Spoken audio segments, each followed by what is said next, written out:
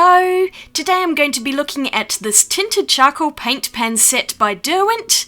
It's in a lovely looking box and I'm interested to see what they're going to be like, so let's get into it! So this set has 12 colours which are shown along the top here. They're all very muted and there's a white as well. The packaging's really nice. I'll just flip it over so you can see there's lots of different languages on the back there. And now I'll get the box open. I think I really struggled with this one.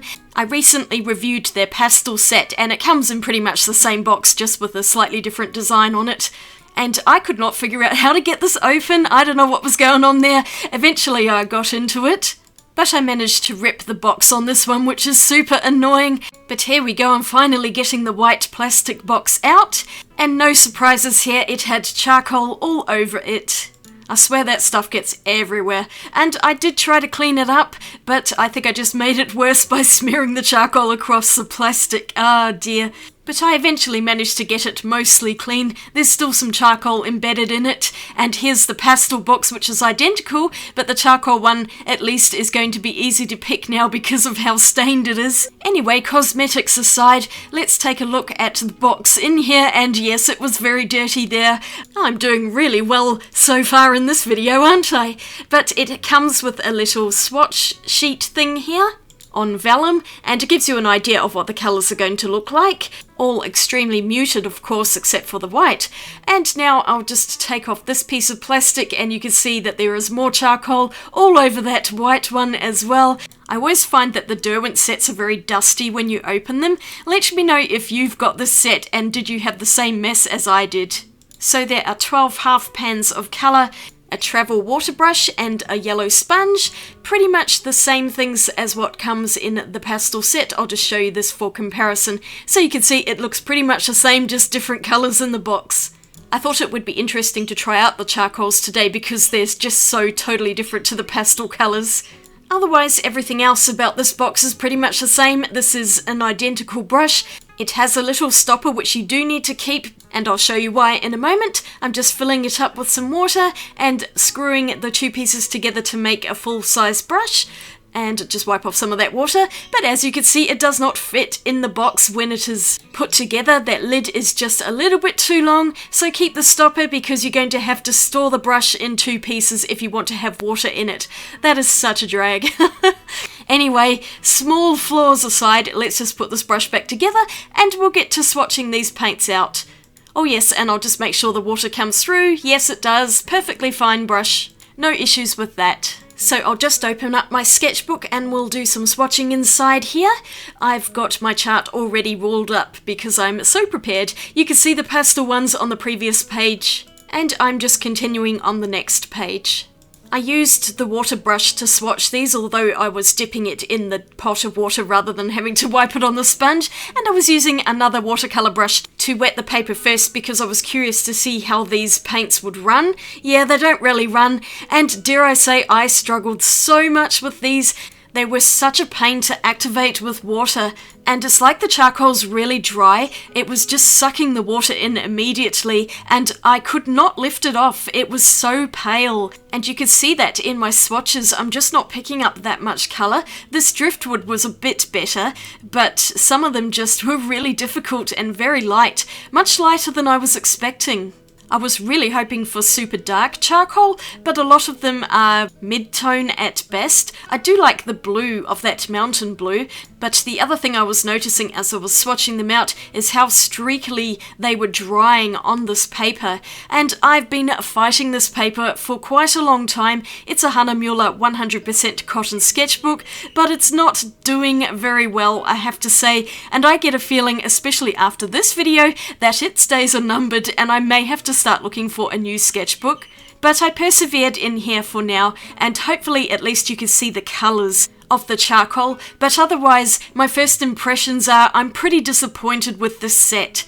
It just wasn't going dark enough. Even the dark one, you can see how light it is. So yeah, a bit sad and wishy-washy for my tastes. And I'll paint out some of the white charcoal as well.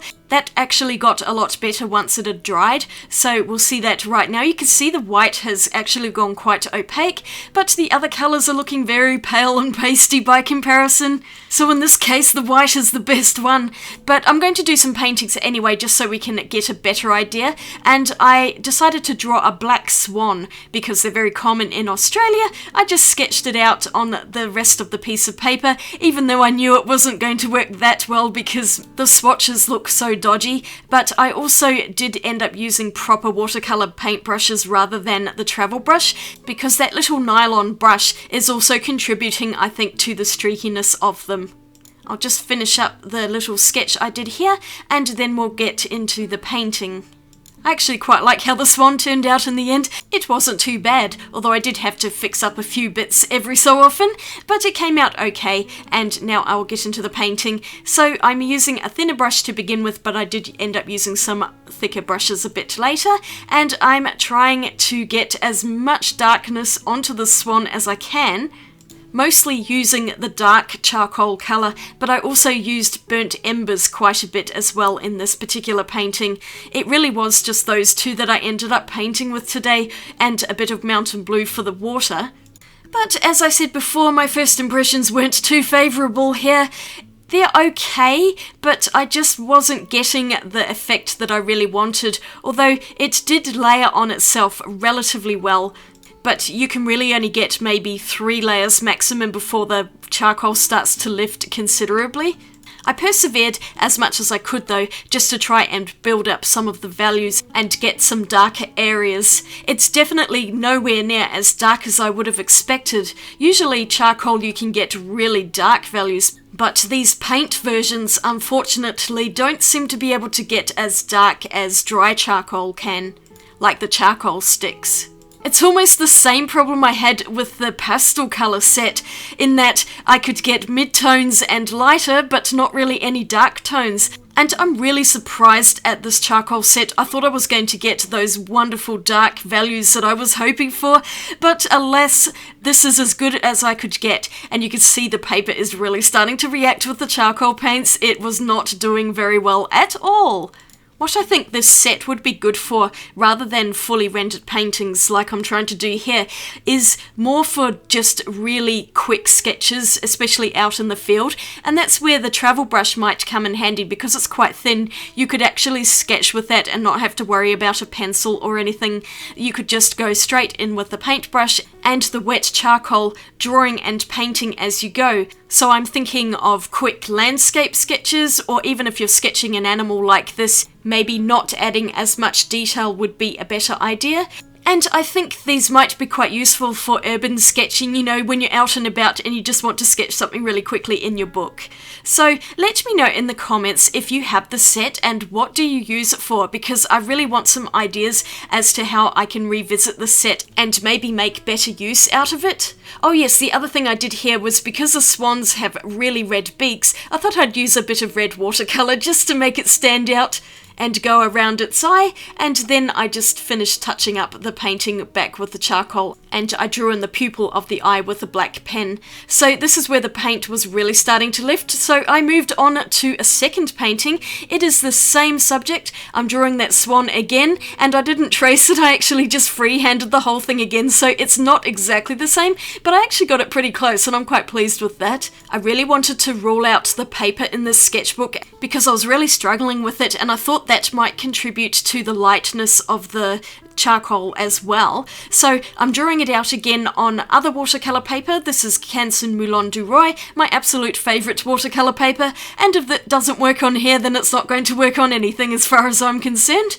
But I'm using all of the same colours, the same brushes, pretty much everything I did in the first painting I'm doing again, and I did notice that the paints do flow much more easily on this paper, and the charcoal maybe got a little bit darker, but actually not as much as I was expecting it to, so it isn't just the paper that's causing the charcoal to be light, it's the charcoal itself.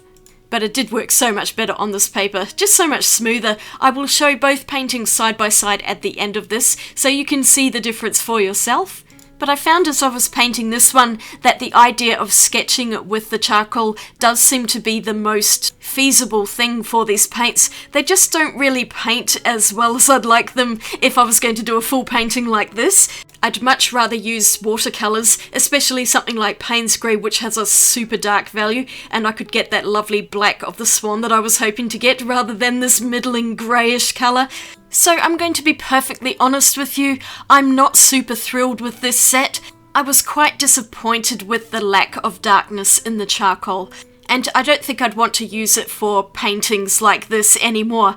But in its favour, I do think this set has more use than the pastel set, because it is looking like a good one for sketching, and I think it would be pretty good to do little studies like maybe of statues and other things that are very monochromatic or muted. That's something I would like to explore with this set. I just ran out of time. It's getting very close to Christmas and I want to be done with my videos.